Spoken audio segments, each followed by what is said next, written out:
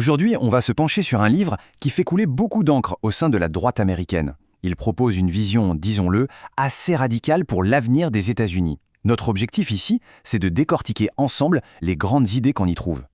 Alors ce livre, c'est Dawn's Early Light. Le but affiché, c'est simple, redéfinir ce que veut dire être conservateur aux États-Unis aujourd'hui en rupture totale avec le passé.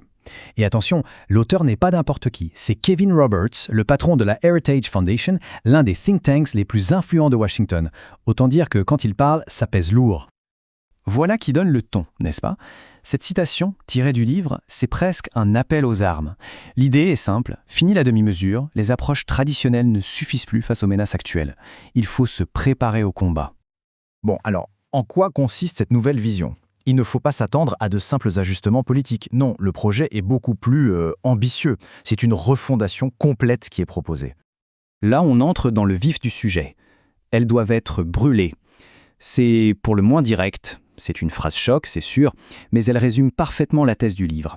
L'idée, c'est que certaines des plus grandes institutions américaines sont tellement corrompues, tellement défaillantes, qu'il est inutile de chercher à les réparer. La seule solution, selon l'auteur, c'est la politique de la terre brûlée pour pouvoir reconstruire sur des bases saines. Ok, brûler des institutions, c'est une proposition extrême. Pour la comprendre, il faut d'abord se pencher sur le diagnostic qui est posé. D'où vient le mal, selon ce livre? Eh bien, le grand méchant de l'histoire, c'est ce que le livre appelle l'unipartie. Qu'est-ce que c'est? En gros, c'est l'idée qu'il existe une sorte de super classe dirigeante, un réseau d'élites, qui se moque bien des étiquettes républicains ou démocrates. Ils partageraient les mêmes intérêts, qui sont, bien sûr, très différents de ceux du citoyen moyen. Et c'est ce groupe qui aurait, en quelque sorte, pris le contrôle des institutions. Du coup, le livre redessine complètement la carte politique. On oublie l'axe gauche-droite classique.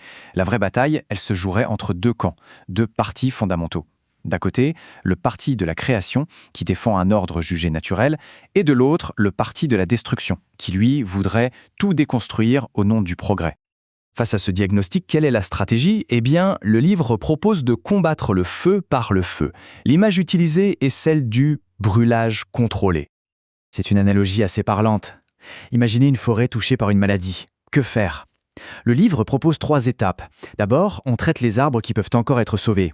Ensuite, on plante de nouveaux arbres, plus forts. Mais l'étape cruciale, c'est la 3e. Il faut couper et brûler les arbres trop malades pour éviter que la contagion ne se propage. Ce n'est donc pas une destruction pour le plaisir de détruire, mais une sorte de chirurgie radicale pour sauver l'ensemble. Et le livre ne reste pas dans le vague. Il nomme les arbres malades à abattre. Et la liste est spectaculaire. On y trouve pêle-mêle toutes les grandes universités de la Ivy League, le FBI, le New York Times, le ministère de l'Éducation, le Forum économique mondial et même la fondation de Bill et Melinda Gates. Bref, des poids lourds. D'accord, on brûle, on détruit, mais on reconstruit quoi à la place? Le projet ne s'arrête pas là, bien sûr. L'idée est de rebâtir la société sur ce que l'auteur appelle les choses permanentes. Et ces choses permanentes, ces fondations, elles sont au nombre de 5. On a la famille, vue comme le socle de tout, la foi, avec un encouragement public à la pratique religieuse, la communauté, ses petits groupes locaux, le travail qui redonne sa dignité, et enfin, la nation. Pour le livre, ce sont là les piliers absolument essentiels, non négociables, pour une société qui fonctionne. Et parmi ces 5 piliers, il y en a un qui est vraiment au centre de tout, la clé de voûte du système, la famille. C'est le principe central de cette nouvelle vision.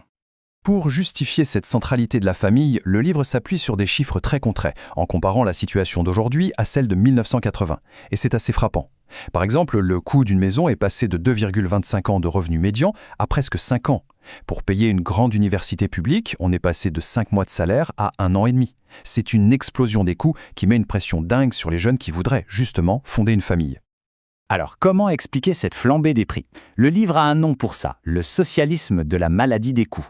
Le concept est le suivant. Le gouvernement injecte de l'argent, il subventionne des secteurs comme le logement ou l'éducation, ce qui fait grimper la demande. Mais comme l'offre, elle, ne suit pas, eh bien, mécaniquement, les prix explosent. C'est un cercle vicieux qui, selon l'auteur, étrangle les familles. Mais l'argument n'est pas que financier. Loin de là. Le livre prend une tournure beaucoup plus personnelle. L'auteur, qui est lui-même enfant de parents divorcés, parle de la rage et de la blessure que cela engendre. Le message est clair, la crise de la famille n'est pas qu'une question de portefeuille, c'est une crise émotionnelle et spirituelle, qui touche les gens au plus profond d'eux-mêmes.